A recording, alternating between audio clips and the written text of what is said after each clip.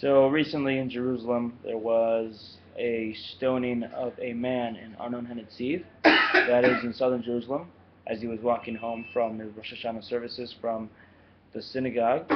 And then there was a bombing on a bus where somebody threw a Molotov cocktail at a bus, set the whole bus on fire. Well, I want to correct you there, Shlomo. The guy on Rosh Hashanah was driving home from a dinner. He wasn't walking home? No, he was in a car. What Okay. happened was, um, as he was driving home, I think to his place in Armona Netziv, the neighborhood, a bunch of Arab youths threw stones at the car. He lost control. Apparently, he also had a heart attack and passed away, unfortunately, at a hospital about a few hours later. Okay. So there was that act of violence. Then there were several riots throughout the Temple Mount, and then on I think it was Friday, there was a young man who was hit with rocks and almost beaten to death by an angry mob of Arabs in the old city near the Temple Mount. So it seems like obviously the cops have no hold on this at all, and things are out of control. Or maybe they could have a hold on it, but for some reason they're not doing what needs to be done to stop it.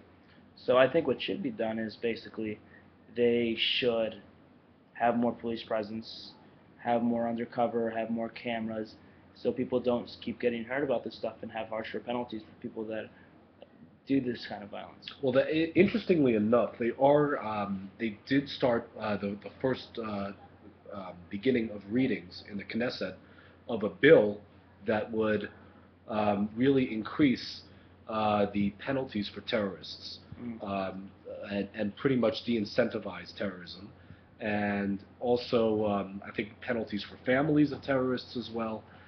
They're really, at least on the Knesset, on the government level, they are trying to, they're coming up with a bill that'll do that.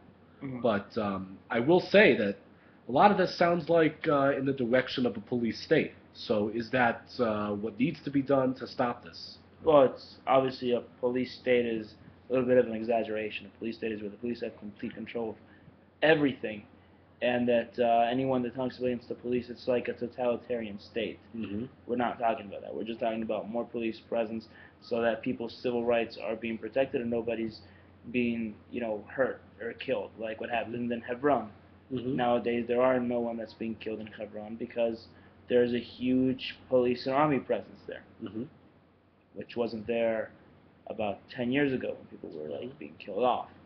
Well, I have to say, I think perhaps the solution is much more ideological rather than practical.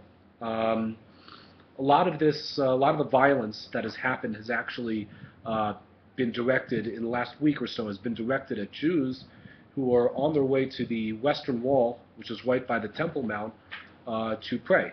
And they were dressed in their phylacteries, which are tefillin, and their talit, their beged, their cloth, the prayer shawl that they wear, and pretty much I think that there's this ideological problem is that the Temple Mount somehow we're kind of a little bit ambiguous about it.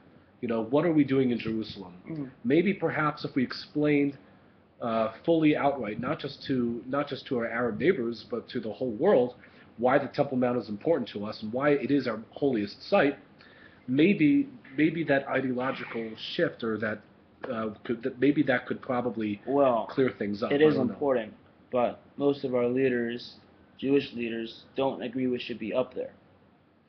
There's a minority opinion that believes we should be up there, and because of that, you won't get a huge consensus from most of the big leaders to say. So it looks like it might be our fault then, maybe. Yeah, I guess so. It's our fault.